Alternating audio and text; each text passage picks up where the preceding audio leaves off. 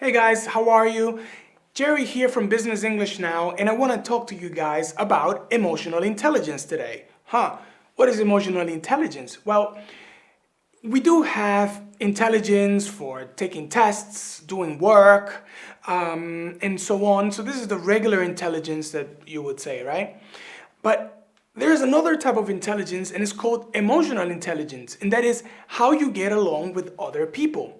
See, a lot of the times, we go to work, and now it's changing. Many people work from home. But if you do have to go to a place to go and work, or you have your own office, chances are that you work with other people. And when you work with other people, you have to get along with them. Now, I know for a fact there are different kinds of people. Some people are go-getters, like, yeah, we have to do this. This project has to rock and we're gonna do it, with this energy. Other people, they say, yeah, I just wanna work, wanna do my work, go home to my family. I don't wanna meet my colleagues after work. I just wanna do my 35, 40 hours a week and that's it. Work is not that important for me. Obviously, these two people are very different. So their working ethics might be different. And as you know, and when you work with a team, you know that everybody's different. And sometimes you cannot get along with someone.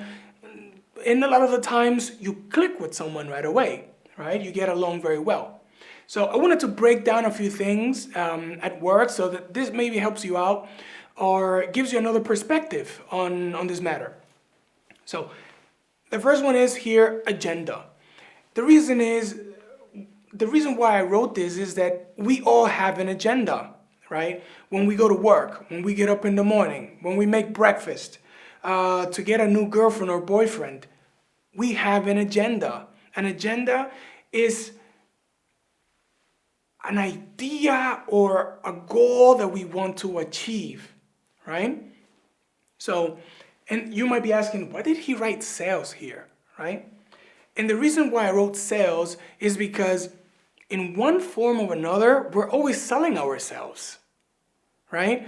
If you really think about it, you know what? I don't care how much you say you don't care about how you look or what people think of you or this and that. The reality is that we all care.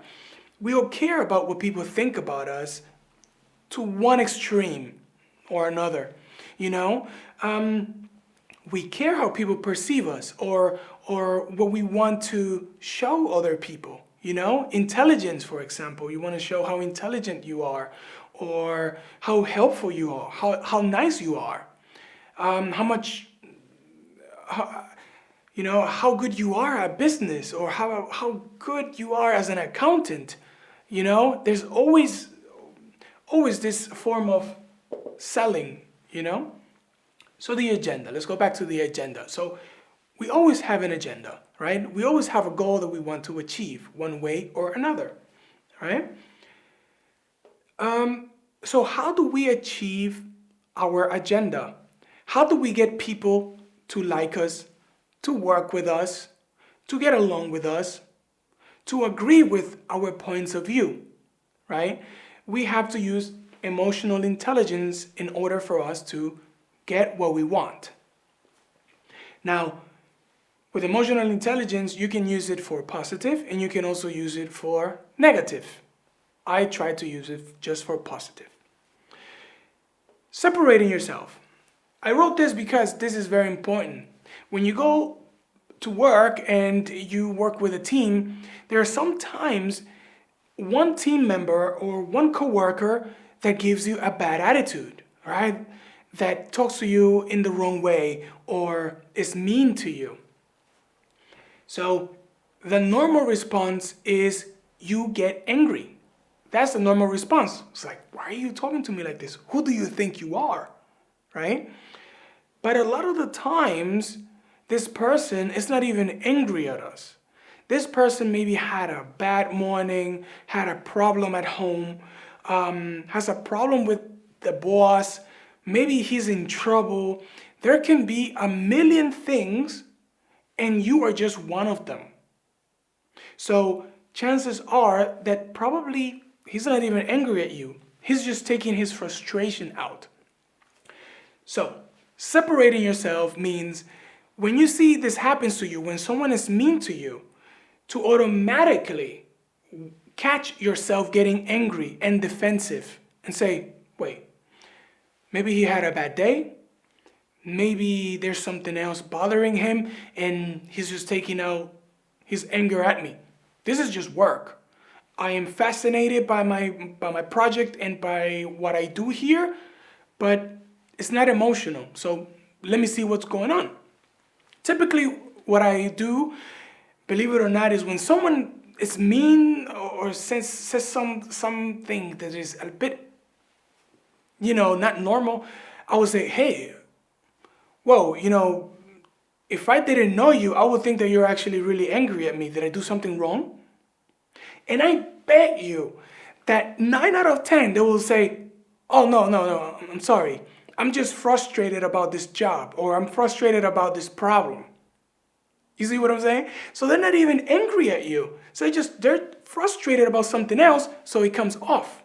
You see? But if you don't target this right away, you go away thinking that this person doesn't like you. And you start getting angry at the person, not liking him back. And then the whole relationship is just destroyed for something that probably you weren't even the cause of. You know what I mean? The third one is be of value. And that is that in every job that you do, it doesn't matter if it's just cleaning, if it's being the CEO of a company, if it's public speaking, it doesn't matter what it is. Be of value, right? Intelligence, right? Bring something to the table. Don't be a bottom feeder, right? Bring something to the table that people say, whoa, okay, this guy is thinking about the project. He's involved in the project. He cares, right? Because you genuinely have to care for what you do, right? It makes it more fun. It makes the day go by faster. Problem solving. Make sure that before you go to your boss or that before you come together with a group of people to find a solution for something, make sure that you have some possible outcomes. Say, hey, okay, we have this problem right now. What would be some solutions? What would be A? Okay, I could do this. B, I could do that. Okay, what problems can that bring? Which one is the most effective problem solving thing that I can find? Is this. Okay, then I will bring it to the team, right? Just don't go into a meeting or go into a conversation with a team about a project without having any solutions or concerns.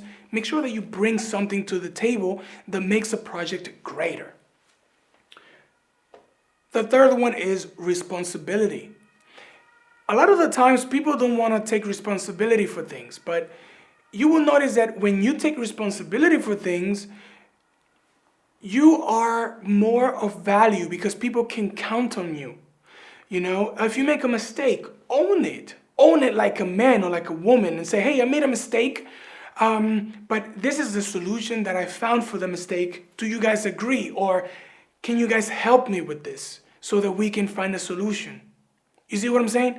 Don't just say, yeah, it was a mistake. I don't know. It was not my fault. No, own it. If it was your fault, own it. Now, if it was someone else's mistake, do not point the finger. Automatically, don't point the finger. Because this is going to create stress. And this is going to tell the other person, hey, this person doesn't like me. He is throwing me under the bus. And he's showing our boss that I'm not good enough. So this person is going to have something against you, right? So make sure you don't point the finger when there was a problem. Always speak in the passive. Guys, there was an issue with this product launch. This is what happened and we need to fix it. So this means that it doesn't matter who made the mistake. We have to just fix it and bring some solutions, right? Always be a problem solver. Always bring value, right? And Everything here that you see goes back, whoa, that was a high pitch, goes back to the agenda. Now, what do I mean by that? Well, if you're not the CEO and you have a boss, he has an agenda. He wants to finish something by the end of the year, or he wants to accomplish something before his contract is up. So make sure that every product, every project, everything that you do or that you're going to pitch, let's say you need budget, make sure that you show that it helps his agenda, not your agenda. It's not about you. It's about your boss. How can you help your boss reach his target, right? So by you saying, I got this product and we need this amount of money because the results are going to be this, and that, which, as you mentioned earlier, is something that you want to achieve.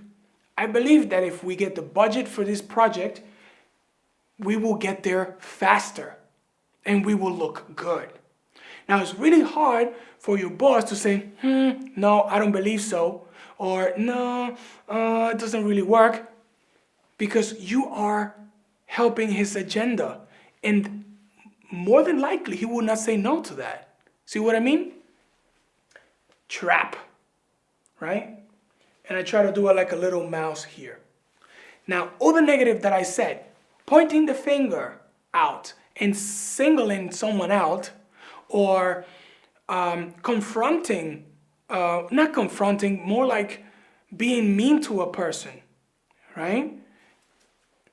You're getting emotional and you're falling into the trap.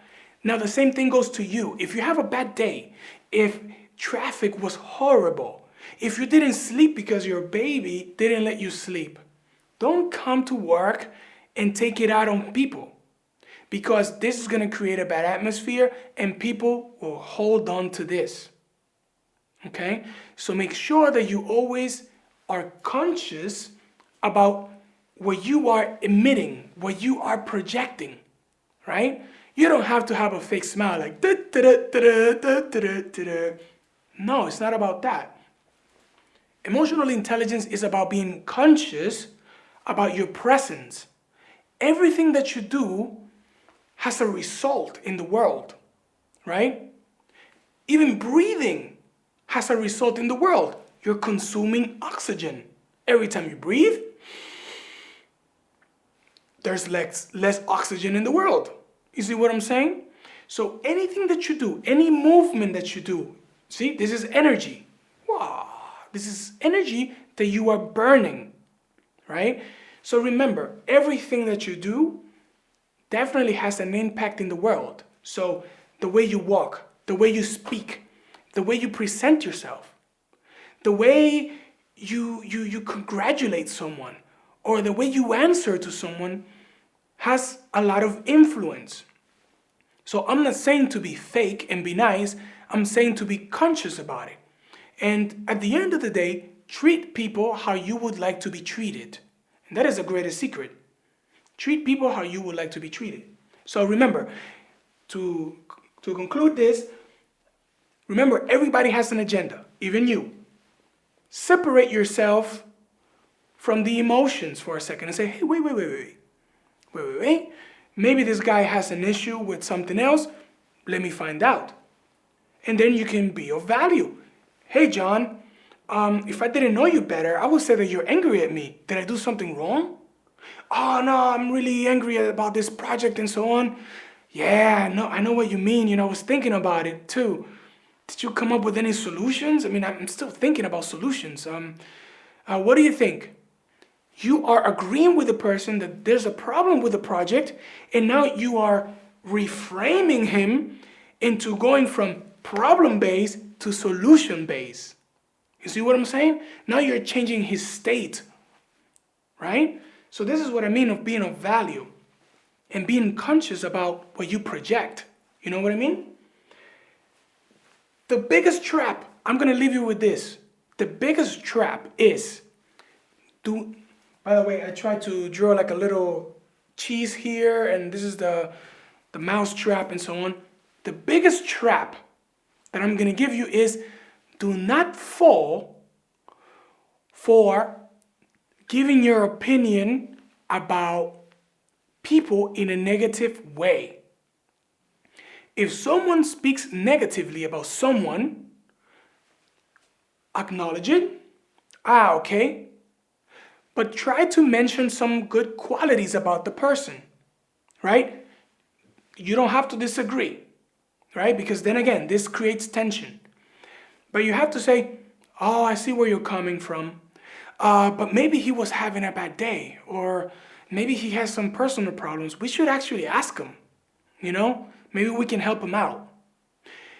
Don't fall into the trap of speaking negatively about another person, because it can backfire on you.